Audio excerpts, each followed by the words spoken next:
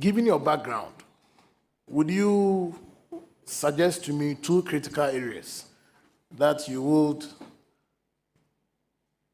advise your minister to consider in the wake of the ongoing debates or concerns about reforming the sector? Thank you, Mr. Speaker. Thank you, my constituents, for the question.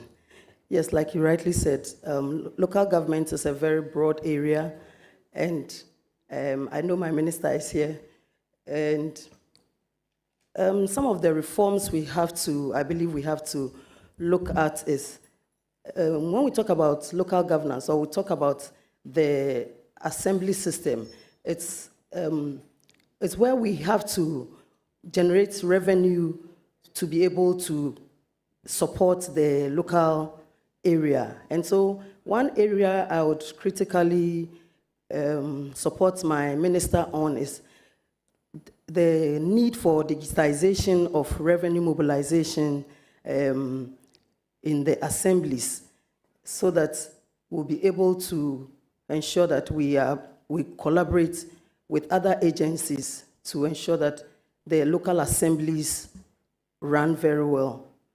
Thank you. Thank you, Honorable Chair. Honorable Chair, Mr. President yesterday, during the SONA address, announced the payment of some monies to assembly members. Oh, this is a new question, substantive question.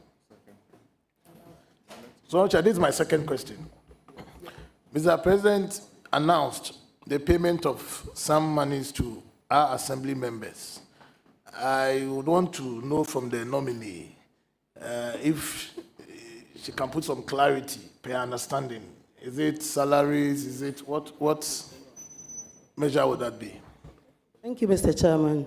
His Excellency John Dramani Mahama yesterday at the State of the Nation mentioned allowances for assembly members, and I believe it's in the right direction.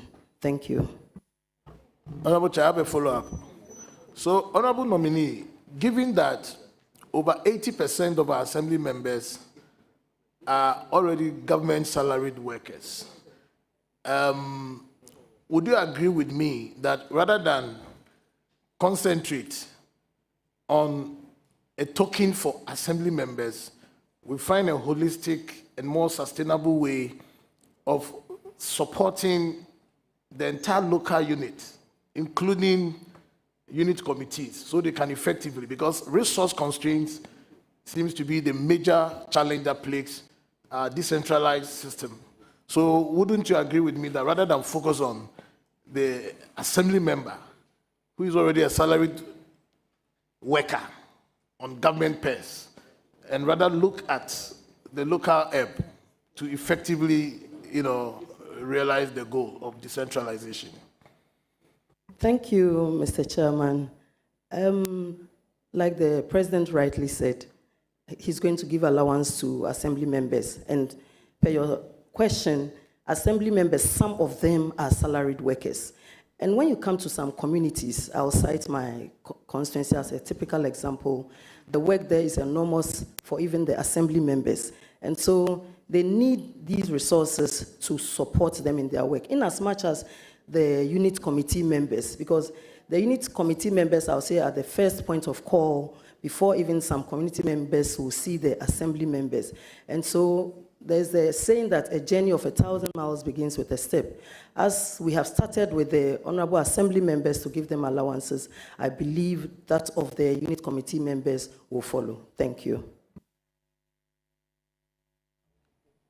Honourable Member, the Deputy Ranking has a follow-up. Thank you very much. As a follow-up, I want clarity in this issue. When you talk about allowances to assembly members, so far as I'm concerned, they are paid some allowances. So what is the difference between what the President is proposing and what they already have? Thank you. Thank you, Honorable Chair. As we speak, there are some districts that are less endowed, and So they don't earn the same allowance across board. So I believe His Excellency, in his right wisdom, is trying to tell us, or he's telling us that all assembly members will receive the same allowance across board. Thank you. Is it a monthly allowance or a certain allowance? Thank you, Honorable Chair. As assembly members, when they attend meetings, they receive certain allowance. So this will be, I believe, but I'll go back to confer with my minister, and then at the next time when I get the opportunity, I'll let us know. But I believe it's a monthly allowance. Thank you. So, Honourable Member, your last question. Thank you, Honorable Chair. The nominee is a member of Parliament and is going to the Ministry of Local Government as Deputy Minister at a time that the government in which he's going to serve has given indication of their commitment through their manifesto to have district chief executives elected. Are you able to give us any views on the subject matter vis-a-vis its practicality and how that enhances the status quo going forward? Thank you, Mr. Chairman. Fortunately, yesterday, His Excellency John Dramani Mahama mentioned it during the State of the Nation. And so a critical look will be taken by the Constitutional Review Committee, and then they will come up with modalities on how it's going to happen. Thank you. Thank you very Honorable much. Chair. That will be all for the nominee. I congratulate her once again. Thank you. Very well. Thank you so much. I proceed to give the floor to Honorable Samia Oku. Thank you very much, Honorable Chair. Honorable Chair, permit me to position my first question in the earlier question raised by the Honorable Martina James Sakosa. Honorable nominee, once again, congratulations. Thank you. I believe your party's manifesto for the 2024 general elections did indicate your plans to pay consolidated allowances to all assembly members. It was on the basis of that His Excellency the President yesterday re-echoed it. But permit me to also I'm giving you this background so you can answer this question for me. I also believe you are aware of the Local Governance Act 2016, and that's the Act 936. Right. I'm talking about specifically Section 11.2 of the Act. And maybe to make it easier for you, let me just read, it's just 3 lines for the Section 11.2. Emolument of members of district assemblies. And I'm reading this Section 11.2 for you. The emolument of a presiding member of a district assembly and other members of the district assembly shall be determined by the district assembly and paid out of the district assembly's own resources. This is according to the Act. So now I proceed to also ask. I want to believe that not all assemblies are the same, just as you did indicate. But then the Act makes specific reference that the emolument of these members of the assembly should be paid from their own resources. If you take Lamadine and Kwantanang, for instance, the emolument of the assembly members is paid on monthly basis to support these assembly members. Don't you think as a ministry, and looking at the specific reference to Section 11.2 of the Act, maybe don't you think the ministry, together with your minister, you can instead have guidelines that will be developed and situated in the law to guide the assemblies in their allocation and payment of this, rather than putting additional burden on the consolidated fund, when the very constitutional provision and the act that you are going to also be operating makes specific reference that the assemblies should pay out of their own resources. Thank you. Thank you, Honorable Chair. I would confer with my minister on this. I am aware of this area in the Act, but I'll confer with my minister and we'll see the way forward. Thank you very much. Thank you. Thank you Mr. very Chairman. much. Before your next question, Yes. let me bring it to the fore Okay. that Section 11 is the same as 252 Of of the Constitution of the Republic of Ghana. Yes. Yes, Mr. Chairman. And thank you very much as well. So my second question, Honorable Nominee, will be, let me take you to a very common issue when it comes to your ministry, and that is boundary dispute. A very common feature at the local level is boundary dispute amongst district assemblies. Almost every district has some boundary dispute or the other with their neighboring district. If you take, for instance, my constituency, Akuapem North, we share border with New Jabin South. Now, sometimes it becomes very difficult for even the constituents to know where to even pay their statutory fees, be it building permit, property rate, and all. And it's a common feature in the ministry you go into. What will be your plan?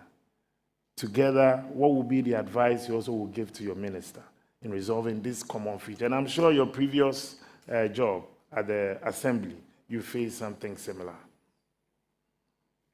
Thank you, Honorable Chair. I would confer with my minister, and so that we work together with the regional coordinating councils and then the traditional authorities, because we all know that we have traditional boundaries and administrative boundaries. And so we work together to see how best we can resolve some of these issues. Thank you. Honorable Chair. Thank you very much. Any follow-up? A follow-up before my last question. Very well. Honorable Nominee, I know you'll be conferring with your minister, because that has been the constant answer you've given us. But what will be some of the advice that you will give? Thank you. Honorable Chair, thank you. You know, there is a boundary dispute committee, and at the time I was at the Municipal Assembly, we worked closely with them. They have done their work, and I don't know whether, I left the Assembly, so I've not followed up whether they brought up their reports. And so, as you have brought it up, together with my minister, because he's my minister, and together with him, we have to follow up on the, as to whether the report was brought up or has been shelved. And I think we need to take a critical look at it. Most assemblies fight about boundaries because of revenue, and so would work on it to ensure that we'll get somewhere to ensure that every assembly will be able to get their needed revenue. Thank you. Honorable Nominee, Mr. Chairman, permit me for my last question. Honorable Nominee, I take you to the Ebri Mountains, just to give you a picture. In recent years, you've had the green belt area around the Ebri Mountains being breached by indiscriminate development by property developers and all that. This is not just putting the lives of these developers and the citizens at risk, but it also poses great danger for even those down south in Accra. The previous government also started some work with the district assemblies, i.e. Akuapem South, Lamadina, and Kwantanan area, to find ways to halt these dangerous and illegal development in this area. And this was also to, one, help save the Greenbelt, and two, also help reduce the flooding in Accra, because when it rains up the mountains, it comes down. And this is going to be one of the areas you'll be dealing with. As a ministry responsible for the land use and spatial development, spatial planning authority, as a ministry responsible for that, what assurance can you give and plans that you also have to help the municipal assemblies, one, in this area, in the enforcement and protection of the Greenbelt, and two, to also help reduce the way we are exposing lives around this area? to flooding and danger. Thank you. Thank you, Honorable Chair. Thank you, Honorable Chair. I believe this area you are talking about is a source of worry to a lot of us. And when you are going to carry out any developments in the district, you need to go for permits. And when you are you apply for the permit, there are rules or laws that you have to adhere to. So my question I always ask is, these developers, have they obtained permits from the assembly? Because per the law, there are areas, like you rightly said, the Greenbelt areas, and there are areas that are earmarked for development. And so the onus lies on us to ensure that the assemblies give permits to those who are building. Because one thing I say is that the assembly is the authority. And so if the authority hasn't given you permit, and I believe most Ghanaians fall short of this, no permit, they go on to develop. And so there should be strict adherence to ensure that everybody applies for permits, goes through the process, and then we can build. Otherwise, we are all guilty, and I believe we need to take a critical look at this area so that the flooding in Accra, because the water comes from up to downstream, so that the flooding in Accra can be kept. Thank you. Thank you very much. Yes, a follow-up. Right, thank you, Honorable. Talking about the need to ensure that permits are given for development, I want to find out from you whether you are aware that is it the case that every district, municipal, metropolitan assembly have a development plan whereby they can rely on that plan to be issuing the permits that will be required? Thank you. Thank you, Honorable Chair. Every municipality or district has a plan.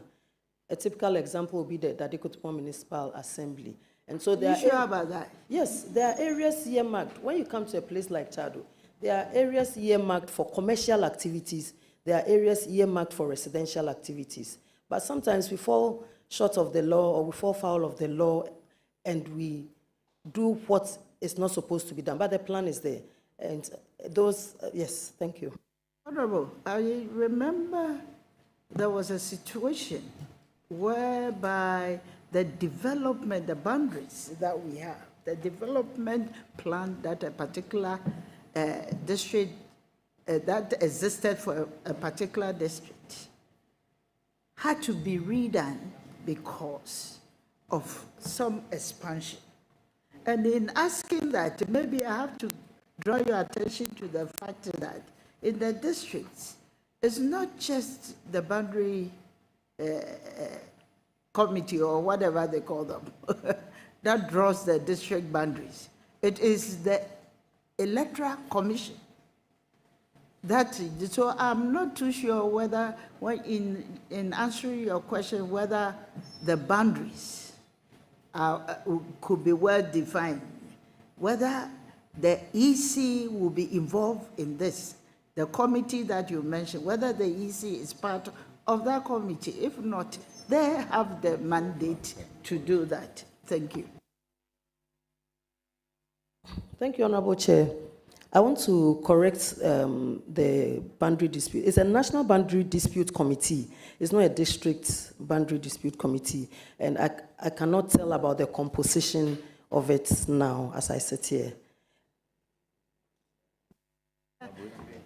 Honorable, that is under lands and forestry, not even under local government ministry. But when it comes to the district boundaries, it is the electoral commission that is in charge of that. So maybe just for clarity, when you assume duty, you know how to support your minister to do that. Thank you. Thank you, Honorable Chair. Thank you very much, Honorable Nominee. I will proceed to give the floor to Honorable Helen Tosso, a subject matter committee member. Thank you, Honorable Chair. My honorable sister, Congratulations. Thank you. I just want to ask you this question. During the NDC's previous administration, there were projects called mandatory projects. You were a DC.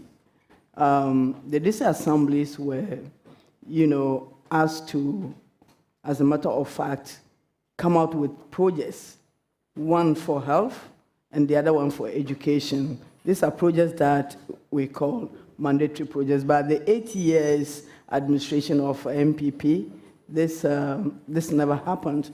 Will you encourage your boss to actually come up again with this mandatory project so that the district assemblies will work to be able to put up at least a few of such projects using their common fund? Thank you, Honorable Chair. Like you rightly said, I'll support my minister, but I would want to say that when you come to the Dadekotopon Municipal Assembly, there are projects that you can talk about in the area of education that are the mandatory projects. And so we have projects like that, but I want to encourage other districts working with my minister to ensure that we come up with mandatory projects through the Common Fund and then the IGF. Thank you. Any further question? Yes, just one. Thank you, Honorable. Honorable Chair, I also want to say this and to ask my question. There are a lot of vacancies at the district assemblies. People have gone on retirement. People have also changed their jobs. So in filling these vacancies, will you advise your minister so that in filling the vacancies, they consider gender equity issues? Thank you very much. Reference the affirmative action law that was passed in the 8th Parliament. I believe my minister will buy into recruiting more women into the district assemblies. Thank you.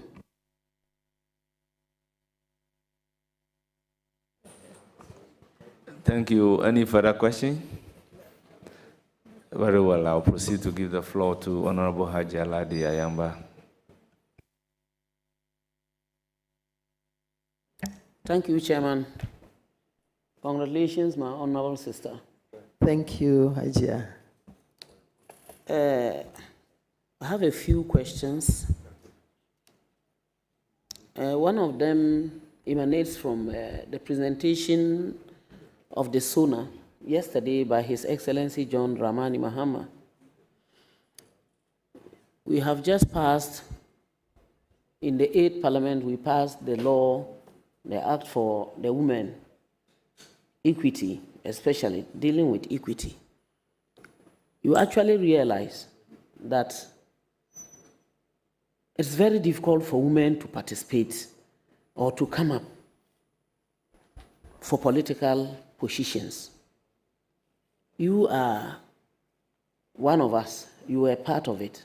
You advocated and you worked along. What will you do to assist your minister to ensure that you begin encouraging the girl child from whichever level, whether from primary or from JSS or from SSS or from the university, that it is important for them to come up and to participate so that we can be represented? What will you do? Thank you, Honorable Chair. This is an area we need to take a critical look at. Sometimes it's not that they don't want to employ the women, but we shy away. And so, like, I started from the sub-metro, and I worked with a man who encouraged me. And so, as a woman, I believe we need to have mentorship programs for the women coming up. We need to start from the primary level upwards, because at that level, you let them know the need for them to support our male counterparts at every level. And then I would also advocate to speak with our traditional authorities, because sometimes we think it's just the men that have to be there. We need their support as well, so that the traditional authorities will support us. Our male counterparts should also support us in this direction, because most of the time, the field or the terrain is not easy. We women here, we can attest to that. When we are going for our elections, even women getting resources to contest elections is not easy. And so we need to look at those areas. Political parties should get involved so that the women, we can be more resourced to be able to go into these ventures. But I had somebody who encouraged me, and I'm here. And so I would also want to start the mentorship program for girls in our various schools from primary level. Thank you. My second question is about our traditional rulers, because for now, the chieftaincy issues are going to be handled by your ministry. And when we go to our traditional rulers, we have the men and the women. For me, I have observed that for a long time, or over the period, in some areas, the queen mothers are actually given the opportunity to work. Even some of them are those who enskin the chiefs. But in some areas, it's so lax. You don't even see what they are doing. What will you do, or what will you suggest to your minister, so that at least in every region, while you think of expanding it to the districts, and for that matter to the lower levels, what will you suggest that is done so that both the chiefs and the queens can work together in such a way that the queen mothers will have the opportunity to bring in and mentor more women or girls, because they are there. Sometimes they even fear to go to the chief's house, or even they don't know whether they can go or not. And the queen mothers too, for one reason or the other, are not able to get to the girls because they don't know whether they will get that support. What radical, because you've told me so much about funding and what have you, what is the radical thing that you do to support that? Thank you, Mr. Chairman. In this area, I believe my ministry will work closely with the gender ministry. For the queen mothers especially, we need to empower them, organize training workshops for them, to enable them also go out to mentor the girls in their communities. And so we need to resource them, and then they would also be empowered to go out there into the communities.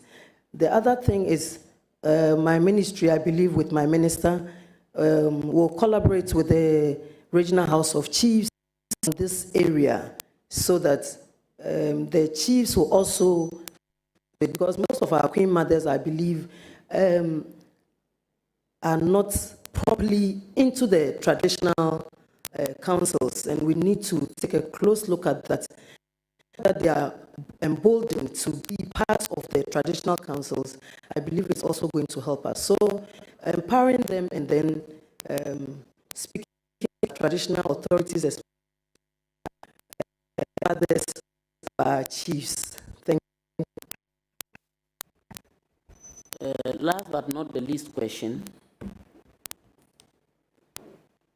with the NDC for that matter, have spoken a lot about the bank, or a bank that will be introduced to support women.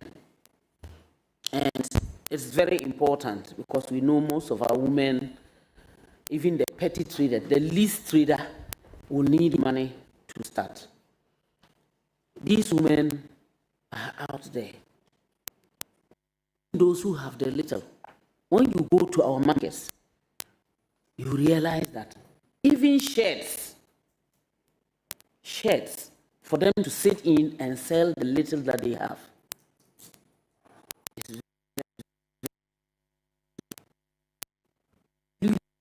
Suggest to you so that hand in hand with our chiefs, the queen mothers, the leaders, assemblies, and what have you, that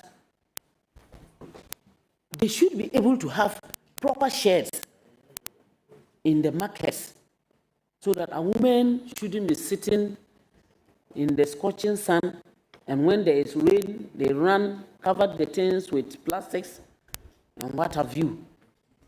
At least that comfort. Sometimes they lose the little that they are using to trade through the weather. Will you suggest that? And how will you do that? Thank you so much, Hajia. Thank you, Honorable Chair. I would really suggest to my minister to hear me out on this one, because just across the road, when you go to Mokola, on the Tudu lane, you see how our women are trading on the streets, which is not the best.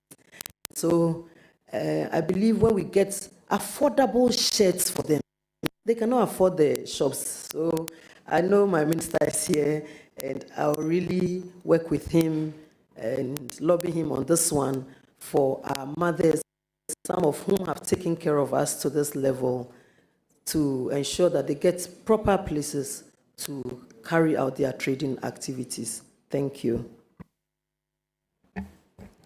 I really appreciate your responses. I've listened to your responses to all the questions that were asked, and I think that you actually deserve it, and you are at the right place. Congratulations once more. Thank you, my dear sister. Thank you very much. I proceed to give the floor to Honorable Patrick Yabuama. You have the floor.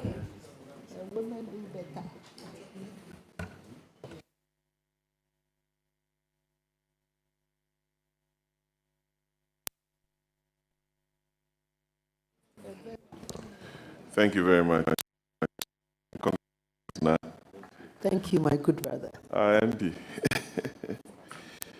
You are MP for one of the richest constituencies in this country. That's very. I know. So La Cantonment, Laboni, Bemakam, Chado, South La, all the rich places. That's why you have the chiefs behind you. I'm sure they are collecting the rights. Anyway, don't you think we should use your assembly, as a model to wean off all assemblies from central government funding? Because if La Municipal Assembly, which was created by Nana Akufo-Addo, president, I think so. No, it was created by John Evans Atamels of blessed memory. Yeah. Well, one of the assemblies that was carved out of the AMA. Okay, thank you. Good point. Don't you think we should wean you off central government funding if you are able to collect the right property rates, levies, and what have you, so that we can start a process of weaning off some of the well-endowed assemblies from central government funding? Laboni Cantonment alone can take care of the needs of La. What's your take on this? Thank you very much, Honorable Chair. I would say I support this call, but we need to work towards it. We need to put measures in place to ensure that we are able to generate or collect the revenue. Like you rightly said, there are businesses, there are residential accommodations, and a lot of things in Dadekotopon. Look at the hotels we have there. And so I believe we should work with the municipality, use it as a model, and then we'll realize that, like you rightly said, I don't want them to come and beat me, but like you rightly said, we need to start from somewhere, seriously. And if we are able to win some assemblies off the common fund, other less endowed assemblies will benefit, because you go to some of the districts, believe you me, they don't have anything. So I support the idea to be a model assembly. Thank you. Oh, you are done. Wobeshida, Congratulations now. I know you are done.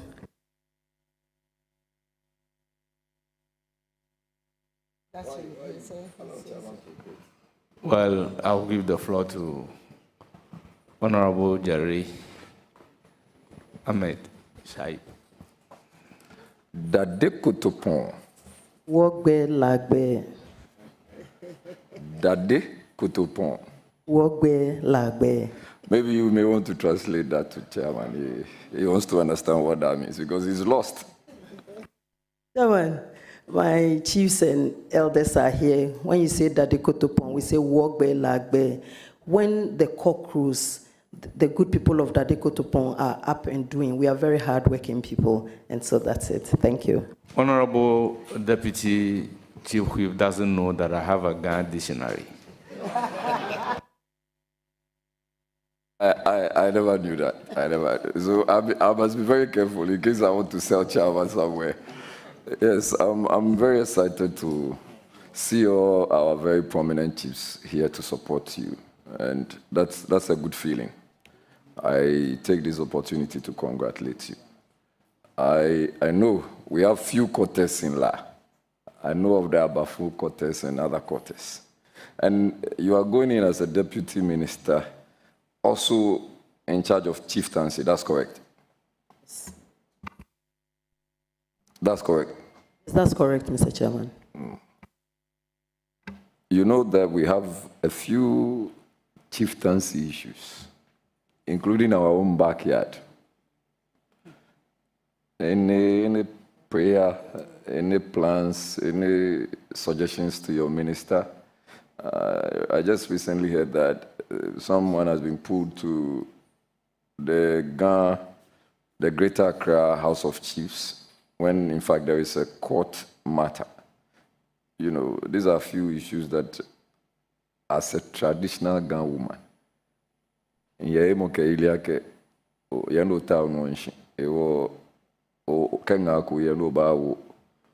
minister,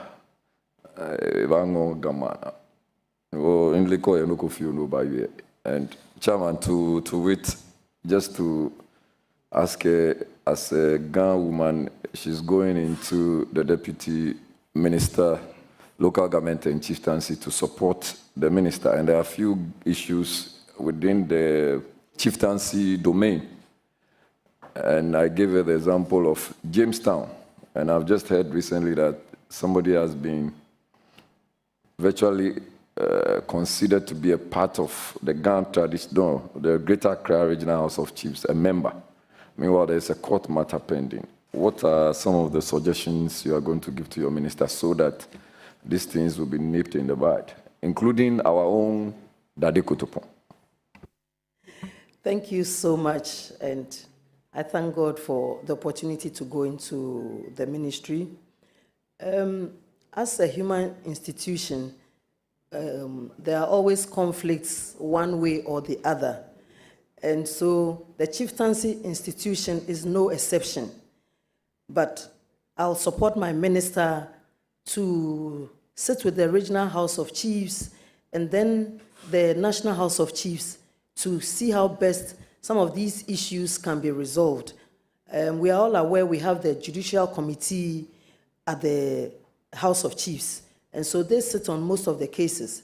And coming into the ministry, together with my minister, we will embark on a tour to visit them, to listen to what is going on at the Regional House of Chiefs and the National House of Chiefs and see how best we can resolve it. You mentioned that Ekotopon is no exception, but we are trying our best to ensure that peace prevails in La, as we have continuously enjoyed the peace. And so today, the chiefs and the elders you see supporting me are all from Dadekotopon, and I know from today there will be peace in Dadekotopon, and we'll invite you to the installation of our chief. Thank you.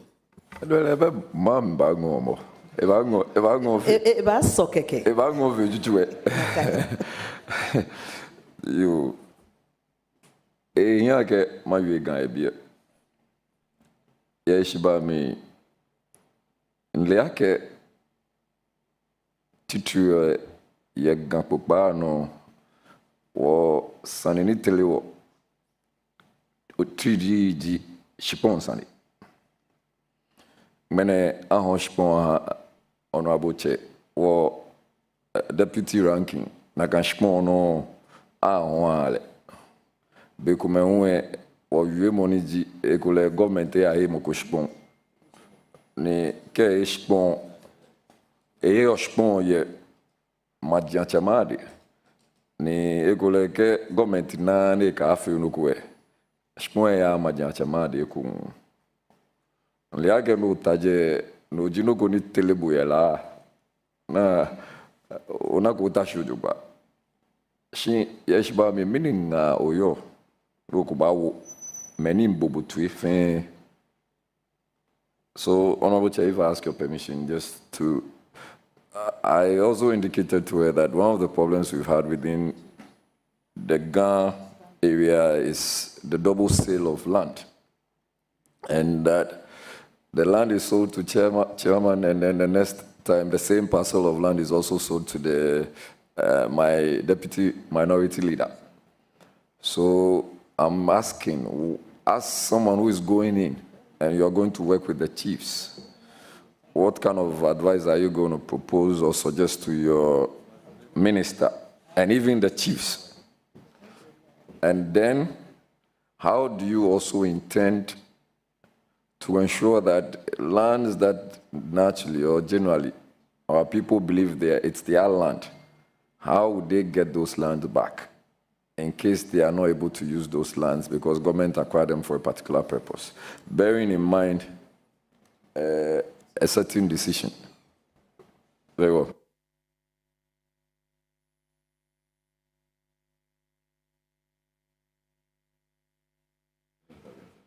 Well, honourable members, I believe the issues relating to double sale of land is governed by our Land Act. It's a criminal offense under that particular act. And the issues relating to ownership of land is a cause of matter justiciable at the court of competent jurisdiction. So with all due respect, if you may ask another question. Very well, Chairman. I take a cue. I was actually just asking if she could work together with the chiefs and advise them, but I take a cue. I know where you're coming from on that matter. So I also heard you talk about, Honorable Patrick Yabuama asked you about your municipal assembly. I know you've worked with Reverend Kote Nikwe, and you had quite a sound collaboration. But I want to find out, would you propose digitalization as a way to ensure that revenue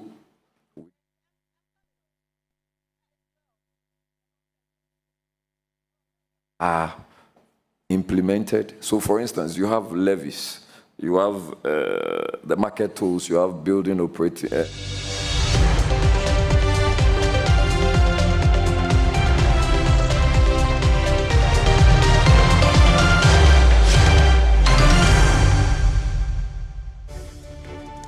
This hour, President Mahama says government is engaging the Speaker of Parliament on sponsoring the controversial anti-LGBTQ+ bill. We have details.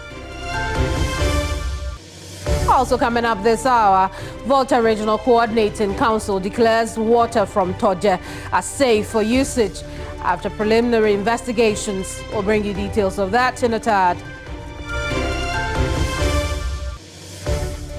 A lot later, a suspect in the Kwame Nkrumah University of Science and Technology final year student death arraigned before the Prempeh Assembly Hall Circuit Court will be there shortly.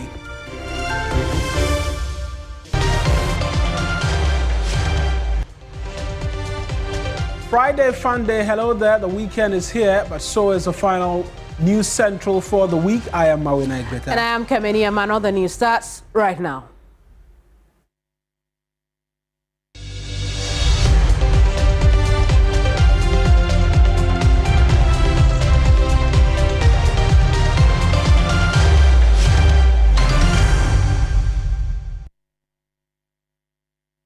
In our first story this hour, 4 students of the Christian Methodist Senior High School at Aplaku in the South Municipality of the Greater Accra region have been arrested by police as a result of a violent clash between students and townfolk. A misunderstanding between some students who were attacking their colleague on Thursday escalated on Friday morning, leading to some injuries. Correspondent Akwesi